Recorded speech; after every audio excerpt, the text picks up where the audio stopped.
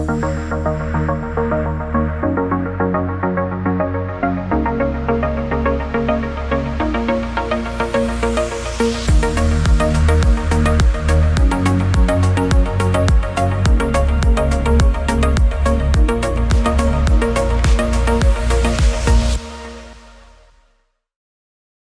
afternoon, everyone. Thank you so much for joining us for this fireside chat with Beth Bechtel. Beth is the Deputy Director General of the Food and Agriculture Organization of the United Nations. And in this role, she's involved with many partnership and outreach work that the FAO does, including leading programs in the area of plant production and protection and overseeing FAO's main technical advisory committee, the Committee on Agriculture.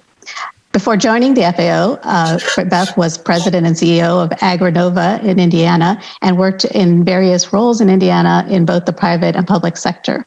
And she was also a longtime person who lived in Washington area, both working for the Department of Agriculture here and the Senate Agriculture Committee. Welcome, Beth. Thank you so much for joining us. Hi, Pradnya. It's nice to be here. Thanks for leading us through this conversation. So why don't we start with an easy topic? We've seen a lot of recent headlines about how the FAO reports are showing that food prices have hit 10-year highs. Now, this is leading to hunger and other worries. Tell us, what is the hunger situation in the world as the FAO sees it? Yeah, it's, I think, nothing short of dire. And I don't know what other kind of phrasing or terminology that can realistically or legitimately be used. And as you said, that's even before we now layer on top this spike that we're seeing in world food prices and that we at FAO monitor quite closely. The state of food security and nutrition, we monitor this very closely in conjunction with a number of other UN agency partners. And our most recent report for this year highlighted that we are seeing a dramatic worsening of global hunger in 2020. We now have at least a tenth of the global population, approximately 811 million people, who are suffering from hunger. And unfortunately, again, aside from the food price spike that we're seeing, we're also having, I think, the impacts of what we oftentimes call sort of this triple threat, everything from conflict to climate variability and extremes, and also economic slowdowns and downturns that just continue to exacerbate the problem. So these are all major drivers of food insecurity and malnutrition. And the other thing I would say, sadly, is that this is all, at least our most recent data, is also before the COVID-19 pandemic hit. And so when you really think about the impact of the global pandemic itself, we know that we are clearly not on track to really make a dent in hunger, food insecurity, malnutrition issues. And these are, as you well know, some of our collective priorities in the 2030 UN agenda and the Sustainable Development Goals. So a lot of new solutions and a lot of new effort and new investment is going to be needed to make sure that we can make some serious impacts in terms of global hunger. So now if we're seeing global hunger and a spike in food prices, that means that we'll probably need more food at cheaper prices to help meet the demand. Does that mean that sustainability is going to take a back seat, or are there innovations that you guys at the FAO are seeing that you can share? Yeah, I think it will be a combination of priorities, right? It's going to be that proverbial all the tools in the toolkit needing to come together. And this will take everything from, I think, increased awareness about the impacts of government policies and government regulations, our work with national governments in terms of informing and making sure that we provide best guidance and best approaches to how they approach various types of national programs to best support the marketplace in their countries is really critical. But you've hit on something I think really important, which is the phrase innovation. And that is something that I think is really impacting and changing the way we think about, we call agri-food systems, right? Sort of this holistic approach to food and environment and energy and all of the other disciplines and sectors that impact global food and agriculture. And innovation today,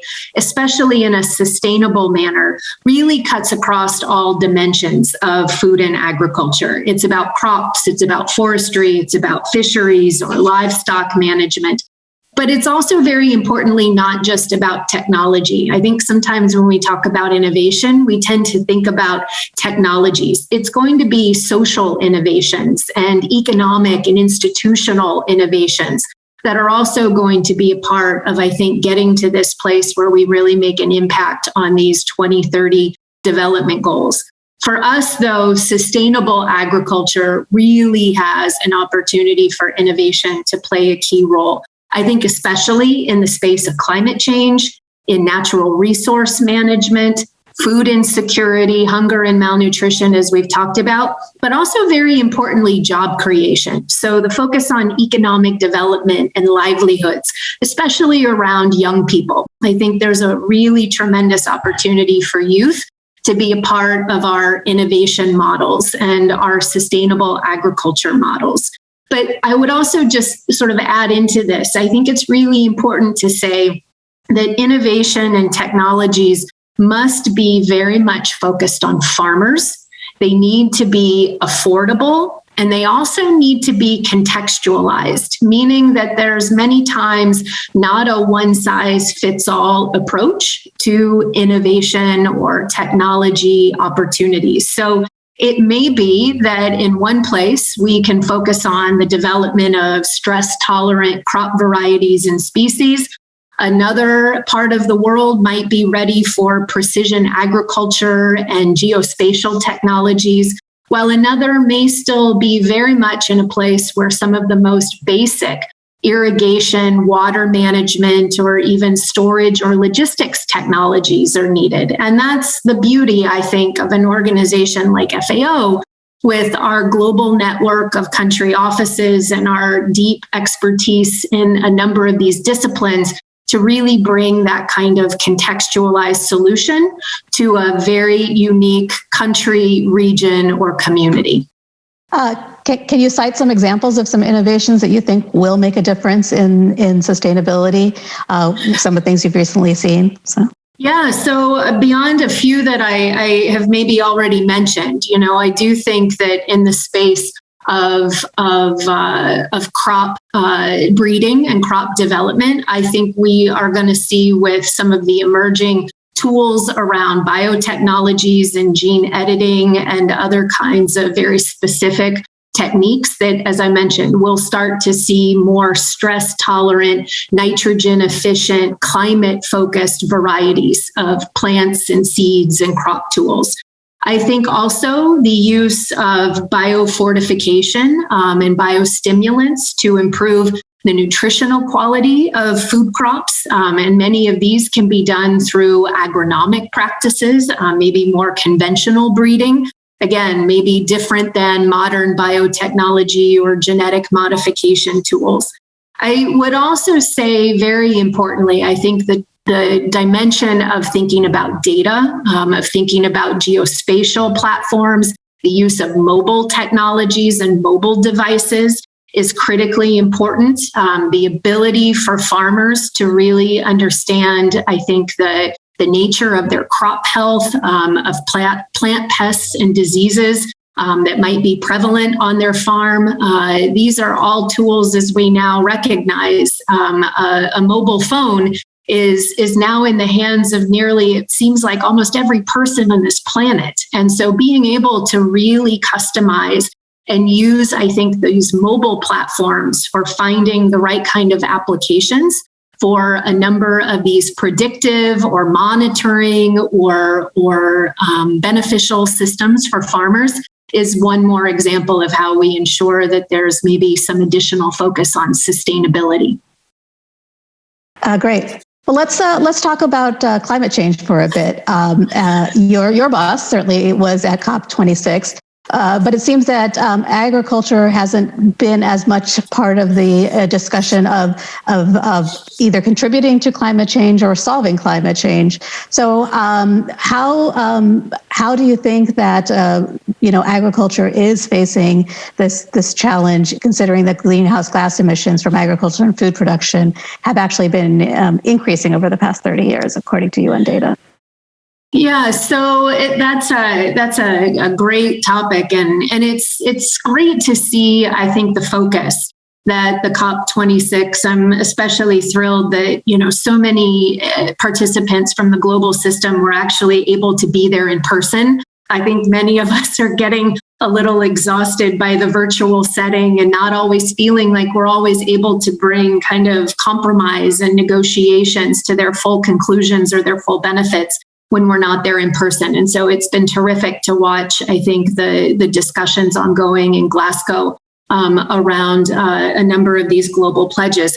I would actually say that from our perspective, in some ways, we're a bit optimistic and encouraged that this particular COP is indeed bringing kind of a focus on food and agriculture. Maybe not in the comprehensive way that some of us who are so close to it would like to see. But as compared to some of the previous COPs, the priority themes around nature, around resilience, around innovation have actually afforded, I think, some really great discussions about food and agriculture. And as you rightly pointed out, food and agriculture's contributions to some of the places that we find ourselves, unfortunately, in the state of the climate crisis that I think we all can recognize is indeed facing the planet, but also the important opportunity for food and agriculture to be a part of the solution. And I think that was, as you sort of juxtaposed the setting, I think that's really pertinent and really relevant. Clearly, food systems are contributing to and are affected by climate change and ecosystem degradation and biodiversity loss. And we very much are again, optimistic that this renewed focus on a systems-based approach to not only produce more food, but to also bring a lighter impact on the environment is really important. And for us, that means there needs to be a prioritization around green and climate resilient approaches, very much focused both, I would say, on climate adaptation, but also climate mitigation. And this is going to be focused on technological innovations, on digital solutions, and I think very importantly, also on indigenous and traditional knowledge around the world. I think we're, I would say, pretty encouraged by a few of the new initiatives that are coming out of the COP. There is indeed a methane pledge that is being developed and I think has some traction. And also the Glasgow leaders' declaration on forests and land use is another area where I think we see real opportunity. I would also just sort of close, I think, on this topic by saying that we certainly hope that there will be an honoring of this global goal of mobilizing. I think the target is $100 billion per year for mitigation and adaptation as being a bit of a prerequisite for success of the COP. And investing in climate smart and innovative agriculture is something that I hope we believe at FAO can be a part of that pledge. Going back to things like the methane pledge, it did seem that agriculture wasn't discussed again, in making those reductions. Is part of the reason because both developing and developed nations are very protective of their agriculture systems and don't want to impose mandates on it? I would say you're hitting on a real reality of all of these different national approaches to production agriculture. And what I hope that in some ways, to your point, while perhaps the pledge hasn't necessarily generated sort of concrete solutions or approaches, what I am sensing is that more and more the conversations are indeed beginning to bring the different points of view to light. And whether that be the different perspectives of developed versus developing, the national government, national system perspectives, what I'm also sensing is that we are beginning to also pull and engage more of a private sector perspective, an agribusiness community perspective into these discussions. And I think, to your point, there's long been tension in a number of these conversations where we don't always put the different points of view into perhaps that proverbial room where it happens together, to try to really find some ways that we can bridge the gaps. And so I think you've well said one of the practical challenges that we do face in finding compromises to these areas. I would say again, though, this is an area where I also come back, having grown up in agriculture and being a part of a family farm and watching so many of the technological innovations and productivity driven innovations that are coming. I think the cusp that we are on around science and innovation even has an opportunity as we think about next generation crops, new ways of livestock production and approaches to ensuring that we find those solutions that begin to cut down on these contributions to greenhouse gases. It's not just about the national debates and discussions. I think this space of science and innovation is going to play a really important contributing role. Going back to what you touched on involving marginalized groups in sustainability and agriculture, what are governments doing that might be good role models for involving First Nations and Indigenous peoples and other youth and other new segments that we don't traditionally reach out to in agriculture in involving them on sustainability goals? Yeah, I think we're also there beginning to see what I hope is a bit of a tipping point to really, I think, bring a variety of different voices back into this room. There's so much enthusiasm. Let me maybe start with youth. I think the voices that are coming from this next generation at some of our biggest global convenings is really positive and is something that we, at least at FAO, are continuing to try to encourage. I mean, the voices that you've seen come into the UN Food System Summit, the young people that are present and engaged at COP26. There are a number of others that are coming online in terms of national events and summits. And I think this next generation is showing their voice, they're showing their intellect, they're showing their creativity, and very importantly, they are showing that it is time for so many of us in different settings, especially, I will say, in a global multilateral system, to get beyond just talking about these problems and challenges. And what I really appreciate is, I think, their real commitment to being at the table, and in terms of offering real solutions. So the fact that so many of us are beginning to really proactively pull that voice of young people and next generation talent into our own settings is really, I think, a step in the right direction. For us at FAO, we just held a World Food Forum, the first ever for us as FAO, unfortunately, right? Virtual setting. So we were thrilled to grab 20,000 young people virtually to be a part of a week-long discussion about agri-food systems and how agri-food systems can contribute to, these other larger global issues. And that, I am confident, will be something that we maintain.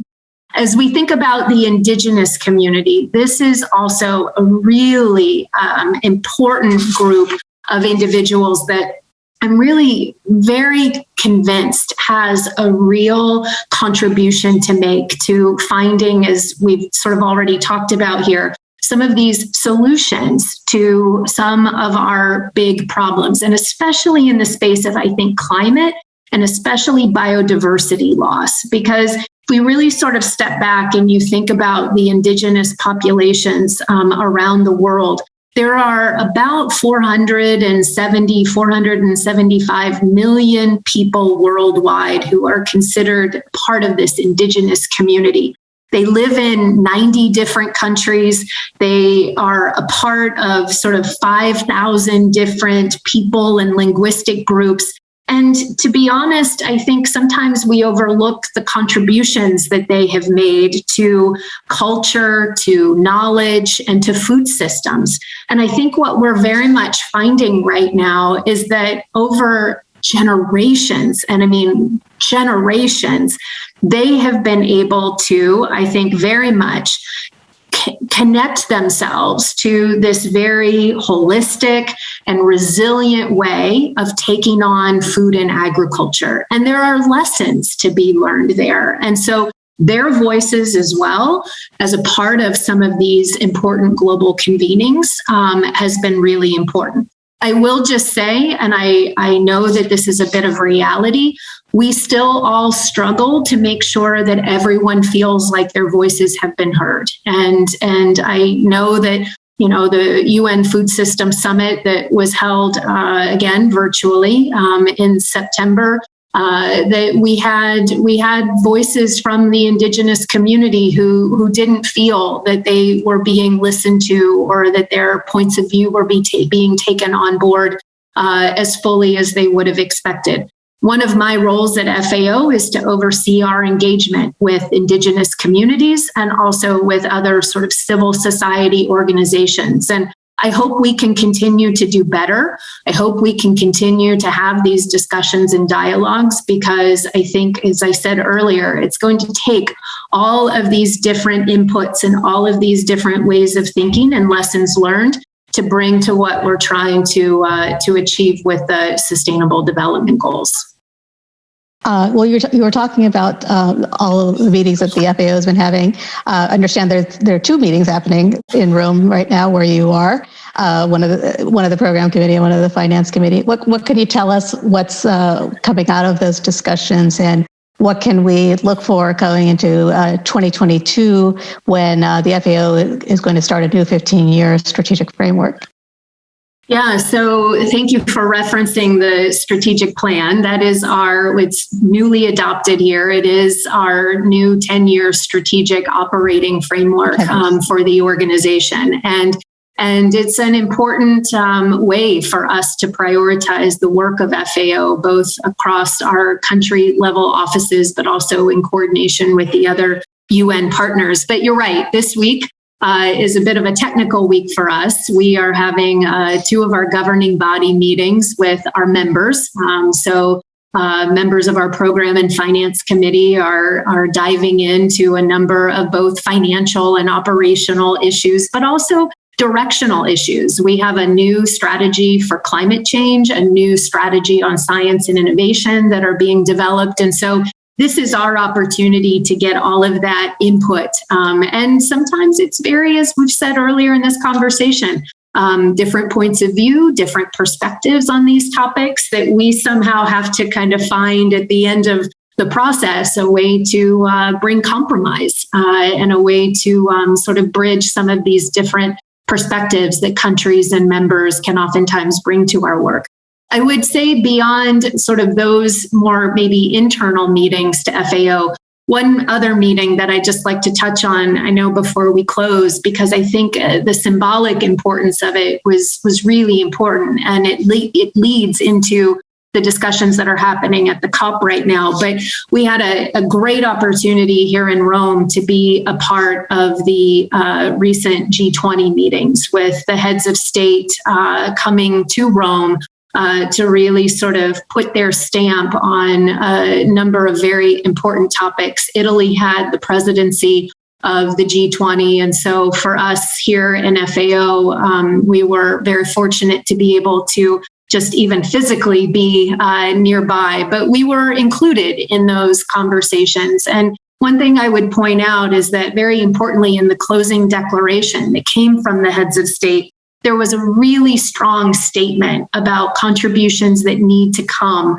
around food security, nutrition, agriculture, and food systems, and very specific references to climate, to biodiversity, to the One Health approach, how we make sure we're thinking about plant plus animal plus human plus food health, all really sort of came through in that high level G20 declaration. And so for us to be able to, I think, begin to see the impact and the discussions that are coming now about food systems, and that being translated, I hope, into a number of areas of action at that global scale is really important to us.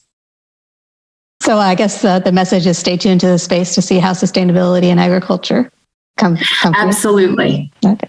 Well, great. Thank you so much, Beth, for your time. We appreciate it. And good luck in reaching some conclusions and future goals with your meetings in Rome. Thanks very much.